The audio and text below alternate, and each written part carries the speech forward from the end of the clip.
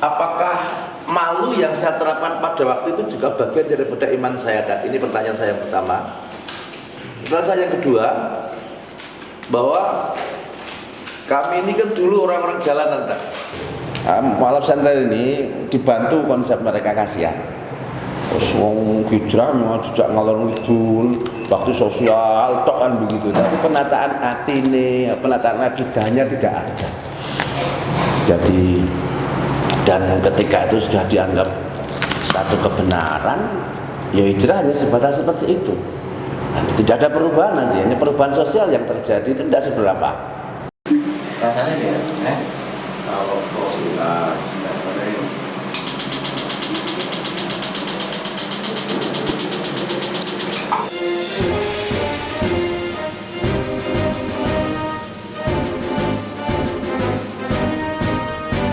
dari masjid kami bangkit untuk mewadahi para mu'alaf dan insan hijrah, beradab, berilmu, berakhlakul karimah, mengamalkan Al-Quran As-Sunnah. Dari masjid kami bangkit untuk mewadahi para mu'alaf dan insan hijrah, semoga terjaga dalam amanah, tetap istiqomah untuk syiar dakwah. Alhamdulillah kita habis selesai kajian pada malam hari ini, malam minggu. Biasanya kalau anak muda seperti saya itu nongkrong, main atau mungkin pacaran yang muter. Kita enggak, kita di sini sebagai anak muda lah, ya lebih baik kita ngaji. Karena kenapa? Karena kita di sini sebagian dari santri. Santri itu bagi saya adalah orang yang selalu menimba ilmu terkhusus, yaitu ilmu agama. Itu bekal akhirat dan dunia. Jadi untuk teman-teman sekalian yang ingin bergabung menjadi santri bersama kami di Mualaf Center Jakarta, silakan gabung aja di gedung dakwah Mualaf Center Jakarta. Kajiannya insya Allah setiap malam Ahad atau satu malam mulai setengah 8 sampai jam 9. Jadi mohon teman-teman di luar sana yang gabut pada setiap malam minggunya, bingung mau kemana, gabung aja kita nyantri bareng di Mualaf Center Jakarta. Begitu. Begini ya Mas ya. Ini mohon maaf barangkali apa yang saya sampaikan ini jauh dari satu kebenaran yang dipahami orang banyak, karena memang apa yang saya katakan ini mungkin hanya perasaan saya dan apa yang saya alami, bahwa selama saya di jalanan, betul saya ini seperti binatang. Hidup itu ya nganggo naluri, mau makan ya harus nyari, randuwe ya njaluk, maksa atau dan sebagainya lah ya. Artinya bahwa betapa hidup saya waktu itu ketika tidak dituntun dengan satu pengetahuan, satu ilmu, apalagi adil dengan ilmu agama, ini saya betul-betul merasakan kehidupan saya seperti binatang. Ya, orang duwe manusiawi, orang duwe rasa piye-piye, tidak punya ngerti itu halal dan sebagainya. Yang pengalaman saja yang saya lihat dari beberapa kawan baik di komunitas A, komunitas B yang kebetulan saya ada di sana.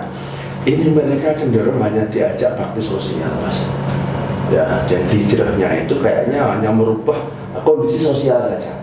Jadi ini koyo ngono biar gini itu saya misalnya ya diajak ke bakti sosial, pembangun musola, kemudian bakti sosial kepada yatim atau fakir miskin atau apa.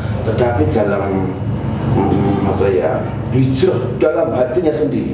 Ya ini mereka kurang terkonsep, sehingga ya non sewu kadang ya ketika mereka bakti sosial ya itulah kebaikan mereka, tapi di luar itu ya mereka masih terlah dengan masa lalu seperti obat atau ya sejenis itulah gitu ya.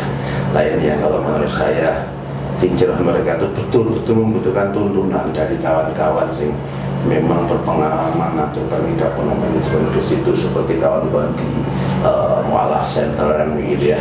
Karena saya melihat di Mualaf Center ini tidak hanya dari segi sosialnya yang dikedepankan untuk merubah ya satu kondisi sosial seorang ini tidak, tapi pendidikan akidahnya ini sangat kuat, karena menurut saya ya akidah ini yang memang harus kita kuatkan dulu.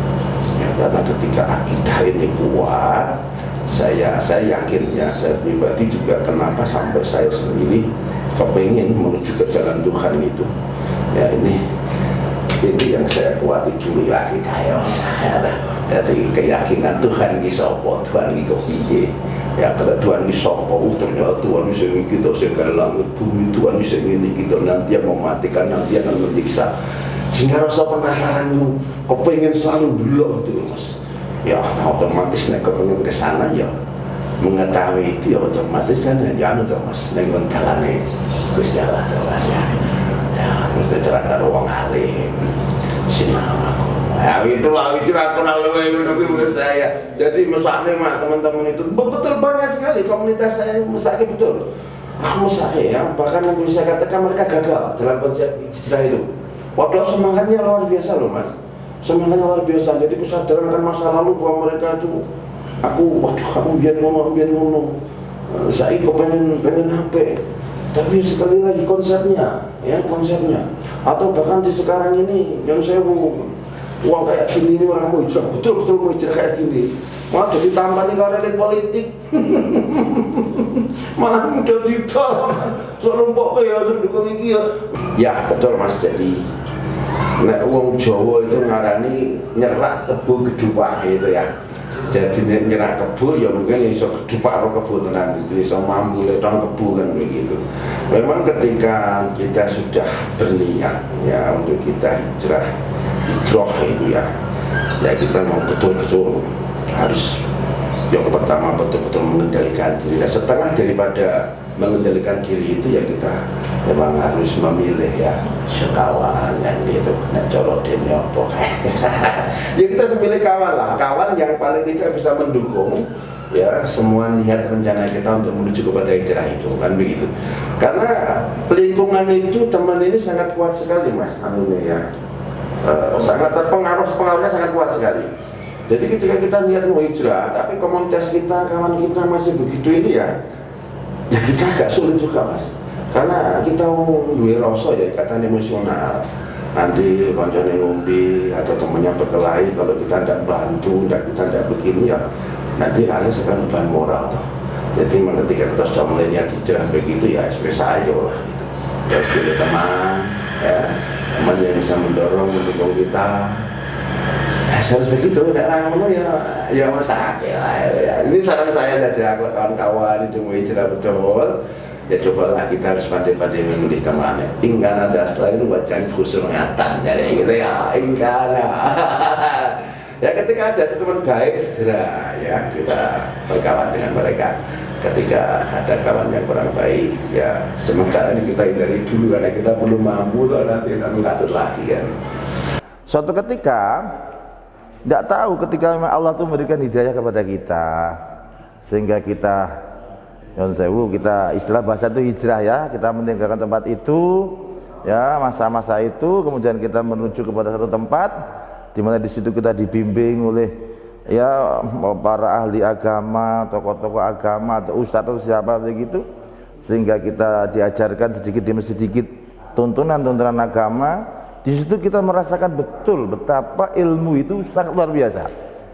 Artinya saya bisa membedakan sekali betapa kelakuan saya, berapa kehidupan saya ketika tidak dituntun dengan ilmu, dituntun dengan nafsu, itu seperti binatang.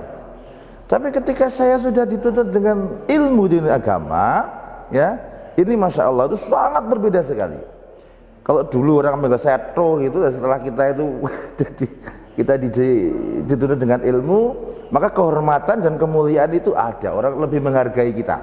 Dulu kita dihargai dengan alkohol 1 botol atau 1 butir obat. Sekarang kita dihargai dengan apa? Dengan silaturahmi, dihargai dengan doa dan sebagainya. Betul sekali ya, seperti yang dikatakan Nabi bahwa beliau itu sangat betul-betul mewasiatkan kepada umatnya untuk tholabul ilmi. Bahkan beliau dengan bahasa faridah, baik itu ala kulli muslimin ataupun muslimah. Walau bisin sekalipun bahkan beliau membalaghahkan di situ. Walaupun sekarang dari hijrina, dimubalaghahkan lagi ya ilal madi ilal lahdi. Dari mulai kita di ayunan sampai kita ke situ. Karena apa yang namanya nurullah itu ternyata masya Allah itu adalah ilmu kan begitu. Jadi situ saya betul ya. Saya betul-betul merasakan betapa keuntungan dan kenikmatannya orang yang mencari ilmu. Sangat luar biasa. Dan suatu ketika alhamdulillah saya bertemu dengan kawan-kawan di Mas Birto ini, jadi Ma'lab Center. semakin saya mendapatkan banyak sekali pengetahuan dan semakin saya mendapat ketenangan, yang lebih ketenangan, baik ketenangan jiwa saya dalam menghadapi kehidupan dunia ini ataupun nanti kehidupan saya di akhirat. Begitulah kurang lebih Pak. Ilmu ya ini jujur hati saya ya, bukan karena saya diajarin orang, tidak.